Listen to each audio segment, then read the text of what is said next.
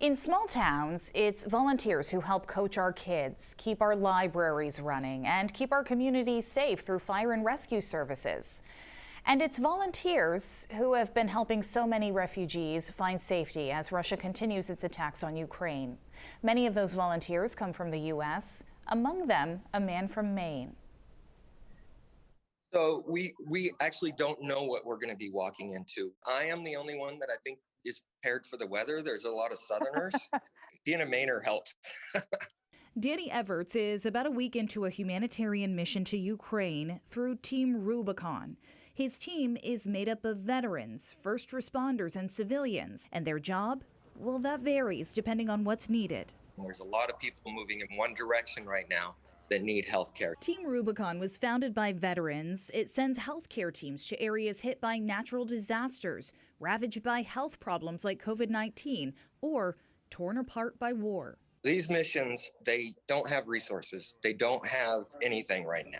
Team Rubicon comes in with all of the gear we need, all of the medications, all of these things. We carried it on the plane over here with us, all of our tech, everything we need to basically make a mobile EMT field hospital of sorts. Danny's training comes from his background as an air wing linguist for the Army and as an advanced EMT in his own community. We watch TV, we watch the news, we see these images, and we feel helpless.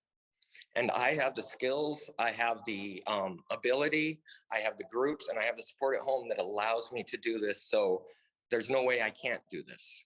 You know, I have to do this. When he messaged me about this one, my first thought, because of our staffing, was, oh boy, here we go. Hopefully we can cover these, and we have. And then secondly was be careful, be safe, and get back. Brian Carlton is the EMS director for Woolwich Fire and Rescue, which, like any service offering healthcare right now, is struggling with its own needs for help. We're down to about 9 or 10 people right now from 15 to 20 when we first started out. And I'm just thankful for the rest of the staff for stepping up to allow Danny to step out and go overseas and help out over there. Team Rubicon says Danny's 3-week mission is to help with some of Ukraine's most vulnerable populations.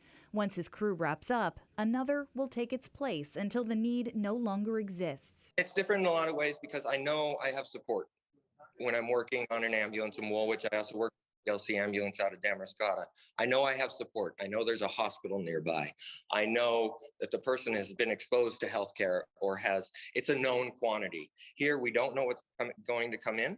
We don't know exactly our role. We don't know exactly resources when we get there. There are a lot of unknowns, and we often don't have support behind, hospitals that we know, hey, that's 15 minutes away, we can drive them there.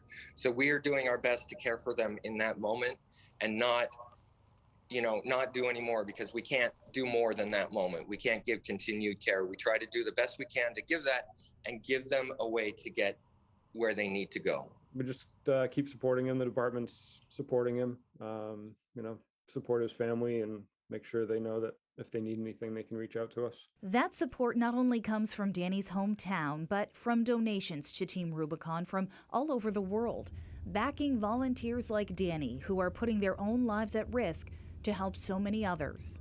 Anything you can do, if there's some organization at home, and also watch out for your loved ones at home, because the news is hard right now. And it makes me choke up too, but it's really hard. And just be there for each other.